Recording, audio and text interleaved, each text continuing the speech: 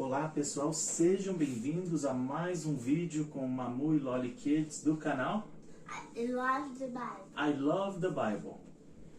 Hoje nós vamos falar sobre qual livro da Bíblia? Mateus. Ou seja, nós estamos iniciando uma nova playlist, né? Porque o nosso canal é o canal das playlists, né? Então você tem que assistir um vídeo atrás do outro para ir emendando uma história na outra, né? É como se fosse um episódio da Netflix, da Amazon, onde você tem que maratonar, né? Ao contrário da Netflix e da Amazon, essas playlists faz super bem você maratonar. Por quê? Porque é a palavra de Deus, né? E você nunca vai sair perdendo. Quanto mais você é exposto à palavra de Deus, mais benéfico será para você, né? Então vamos começar aqui sem muita enrolação. E essa cara, Lolinha?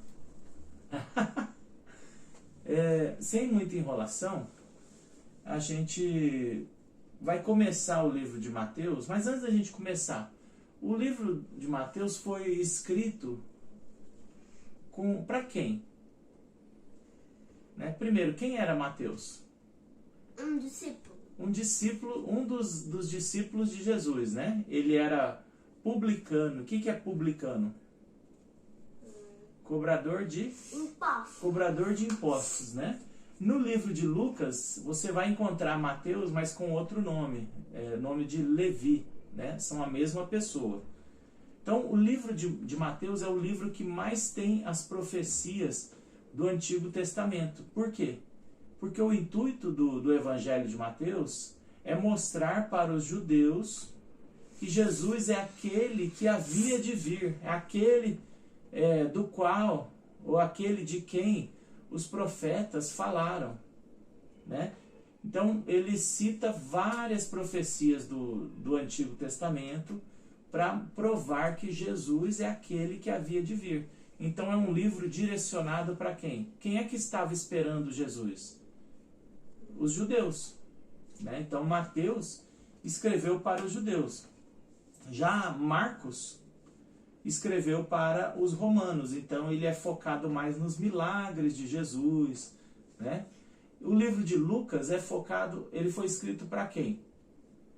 Para os gregos, né?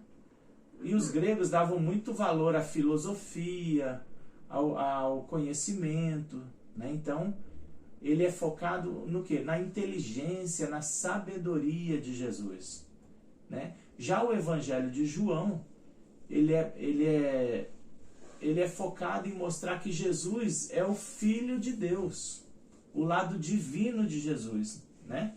Então, os 4 evangelhos falam a mesma história, porém com um enfoque diferente. Então vamos começar o livro de Mateus, né? Então, pessoal, já emenda esse vídeo no outro, né? No próximo vídeo. A gente vai gravando um atrás do outro para você conhecer a Bíblia. Então, como é que o livro de Mateus começa? Ele começa com a genealogia de Jesus, né? Para mostrar que já mostra por aí que a profecia se cumpriu em Jesus, né? Por quê? Porque Deus fala que sempre haveria alguém da casa de Davi como rei, para sempre, né? E Jesus é descendente de Davi, né? Olha a genealogia aqui, ó. Esta é a lista dos antepassados de Jesus Cristo, descendente de Davi, que era descendente de Abraão. Abraão foi pai de Isaque, que foi pai de Jacó, que foi pai de Judá e dos seus irmãos. Judá foi pai de Pérez e de Zera. A mãe deles foi Tamar, né? Tamar foi pai de Esrom, que foi pai de Arão. Arão foi pai, não é o Arão, irmão de Moisés, tá? Arão foi pai de Aminadab, Aminadab foi pai de Nazon, Nazon foi pai de Salmão, Salmão foi pai de Boaz. A mãe de Boaz foi Raabe, né? Boaz foi pai de Obed. Obed foi... a mãe de Obed foi Ruth, né? Então, ó, olha mulheres famosas aí da Bíblia. Obed foi pai de Jessé, que foi pai do rei Davi. Davi e a mulher que tinha sido esposa de Urias, como era o nome dela? Batseba. Foram pais de Salomão. Salomão foi pai de Roboão, que foi pai de Abias, que foi pai de Asa, que foi pai de Josafá, que foi pai de Jorão, que foi pai de Uzias, que foi pai de Jotão, que foi pai de Acais, que foi pai de Ezequias, que foi pai de Manassés, que foi pai de Amon, que foi pai de Josias, que foi pai de Jeconias e dos seus irmãos, no tempo em que os israelitas foram levados como prisioneiros para a Babilônia, né? Depois que o povo foi levado para a Babilônia, Jeconias foi pai de Salatiel, que foi pai de Zorobabel, né? Zorobabel foi pai de Abiúde, que foi pai de Eliaquim, que foi pai de Azor. Azor foi pai de Sadoc, que foi pai de Aquim, que foi pai de Eliúde. Eliúde foi pai de Eleazar, que foi pai de Matã, que foi pai de Jacó. Jacó foi pai de José, marido de Maria. Ela foi a mãe de Jesus, chamado Messias. Assim houve 14 gerações desde Abraão até Davi, e 14 desde Davi até que os israelitas foram levados para a Babilônia. Daí até o nascimento de Jesus também houve 14 gerações, né? 14. O nascimento de Jesus, né? Então, teve o nascimento de Jesus, que Maria, sua mãe, ia casar com José. Mas antes do casamento, ela ficou grávida pelo Espírito Santo, né? Então, José, com quem Maria ia se casar, era um homem que sempre fazia o que era direito. Ele não queria difamar Maria e por isso resolveu desmanchar o contrato de casamento, né? Sem ninguém saber, em segredo. Enquanto José estava pensando nisso, um anjo do Senhor apareceu a ele num sonho e disse: José, que anjo era esse? O anjo mensageiro de Deus, é o anjo Gabriel. José, descendente de Davi, não tenha medo de receber Maria como sua esposa. Ela está grávida pelo Espírito Santo. Ela terá um menino e você porá nele o nome de Jesus, pois ele salvará o seu povo dos pecados deles, né? Tudo isso aconteceu para se cumprir o que o Senhor tinha dito por meio do profeta. Ó, já a primeira profecia aqui, ó. A virgem ficará grávida e terá um filho, que receberá o nome de Emanuel. Emanuel quer dizer o quê? É o seu nome. Emanuel. Que significa? Emanuel. Que significa? Emanuel. Deus conosco. Você esqueceu o significado do seu nome. Deus conosco. Quando José acordou, fez o que o anjo do Senhor havia mandado e casou com Maria, porém,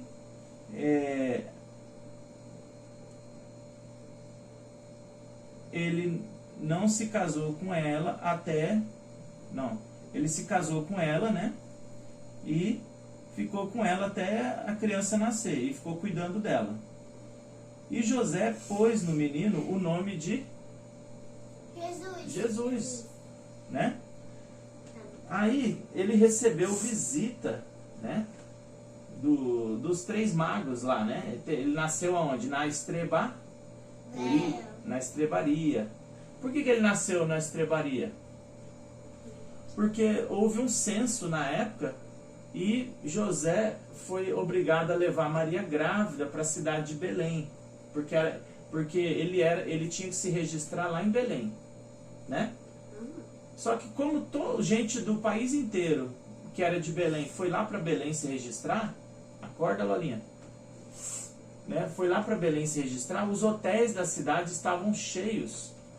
e não tinha lugar nenhum para eles, né? Então o Filho de Deus nasceu aonde? Na estrebaria, né? E ele dormiu em uma manjedoura. Então, olha como Deus é um Deus humilde, um Deus simples, né? Ele escolheu um bebê para nascer ali na estrebaria e dormir numa manjedoura, né? Então, esse é o nosso Jesus. Ele abriu mão dos atributos de Deus, né? E assumiu a forma de homem e foi obediente até a morte de cruz. Né? Na infância dele, né? No capítulo 2, ele recebe lá a visita, né, dos magos, né? Os magos adoram ele e oferecem presentes para ele. O que os magos ofereceram? Ouro e prata. Ouro, incenso e mirra, né? E teve o aviso divino aos magos em um sonho para não retornarem a Herodes, né? Por quê? Porque Herodes queria o quê? Matar, né? Bebê. Matar qualquer bebê que tivesse nascido naquela época, né?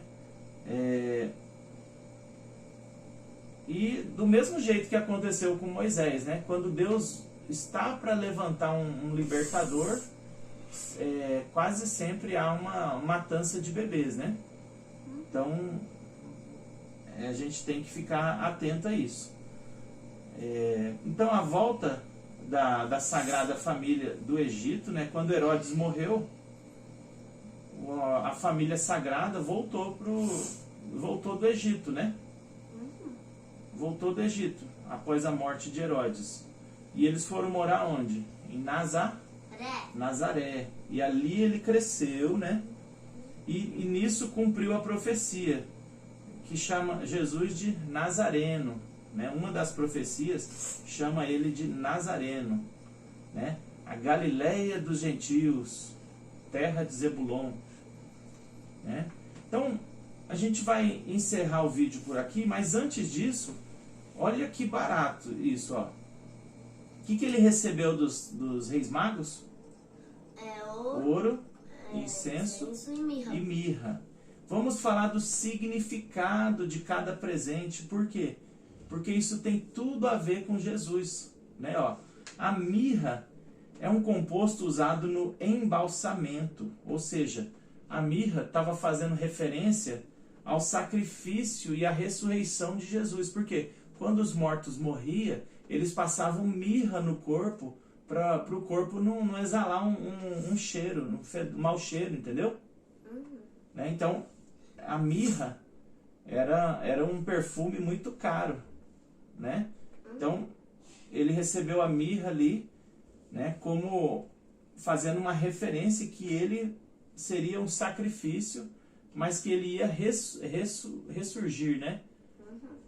O ouro representava o quê? A realeza de Jesus, porque Jesus é rei, né? Jesus é rei. Ele era o rei dos judeus, né? E incenso. Incenso, você lembra que a gente falou no vídeo sobre o tabernáculo? Não tinha o altar de incenso? Sim. O incenso era o quê? A oração que subia até Deus, né? Representava a oração.